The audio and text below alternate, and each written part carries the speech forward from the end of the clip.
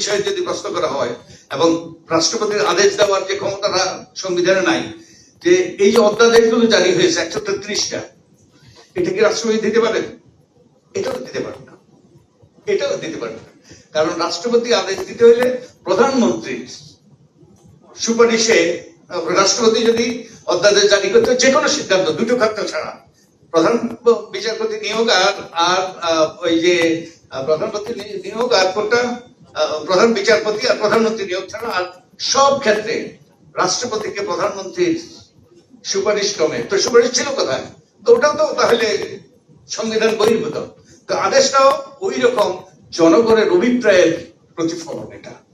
আর আরেকটা কথা আমি শেষ করব, ওই যে আর দুটো কথা বলি। একটা হলো এই যে আমাদের কিনোট যিনি দিয়েছেন, ওনার একটা কথা আরেকটু স্পষ্টতার জন্য, যে এই যে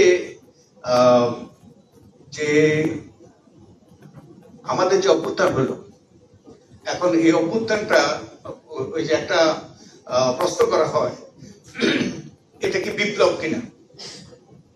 তো বিপ্লবের সংজ্ঞা কি? ইনফ্যাক্ট ওই যে কি ওই যে আপনারা ল ডিকশনারি ব্যবহার করেন, ব্ল্যাকস ল ডিকশনারি, ওই ব্ল্যাকস লতে বিপ্লবের সংজ্ঞা হলো যেটা সফল ওটাই বিপ্লব, আর যেটা সফল না হয় ওটা বিদ্রোহ, ওটার জন্য ওই যে ইউল বি হ্যাংড। আপনার তো আমাদের জুলাইতে যেটা ঘটেছে সেটা বিপ্লব, কারণ এটা সফল হয়েছে। এবং সফল হলে বিপ্লব যখন হয়, দি ওল্ড অর্ডার ইজ গন। যদিও আনুষ্ঠানিকভাবে আমাদের সংবিধান বাতিল করা হয়নি, কিন্তু বিপ্লবের পর old order is gone and room for new order. তো আমি বলবো, আমার হাম্বল অপিনিয়ন হলো, আমরা যে সংবিধানটা ব্যবহার করছি for the sake of continuity, যাতে ধারাবাহিকতা রক্ষা হয়, কিন্তু আমরা সংবিধান মানতে বাধ্য নই, কারণ it's a new order, room for a new order, একটা বিপ্লব হয়েছে। আর শেষ কথা হলো এই যে ইয়ের কথা বলা হয়, note of dissent, minority views. আমি তো বললাম মিনিমাম 2/3 মিনিমাম, এবং অধিকাংশ বড় দলের 2/3, অধিকাংশ বড় দলের অধিকাংশ দলের মতামতের ভিত্তিতে যেগুলো গৃহীত হয়েছে সেগুলোকে ঐক্যমত বলা হয়েছে। এবং নোট অফ ডিসেন্টটা হলো মাইনরিটি ভিউ। মাইনরিটি ভিউ, এই যে minority view it's noted in the ওই যে ইয়েতে কি বলে প্রসিডিংসে।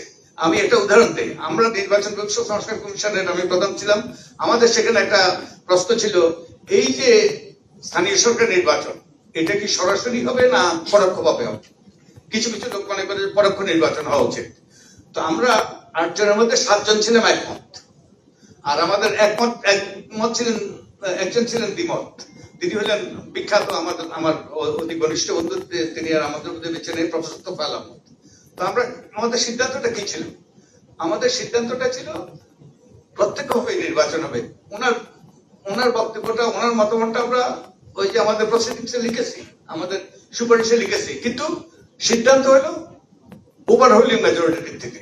ঠিক তেমনি ভাবে এই 84 বিষয় ওভারহোলিং মেজরিটির ভিত্তিতে, আর বাকিগুলো হলো মাইনরিটি ভিউ। হ্যাঁ, তারা ভিউ সবাই জানলো। এবং ওর পরে যে ওখানে যে একটা লেখা আছে, ওই যে একটা লেখা যুক্ত করা হয়েছে, অবশ্য কোন রাজনৈতিক দল বা জোট তাদের ইশতেহারে উল্লেখ পূর্বক যদি জনগণের ম্যান্ডেট লাভ করে, তাহলে তারা সেই মতে ব্যবস্থা গ্রহণ করতে পারবে। সেটা ইনকনসিকুয়েন্সিয়াল, কারণ ওটা মাইনরিটি ভিউ। ওটা কি লেখা থাকুক তাতে কিছু আসে যায় না। That's not consequential.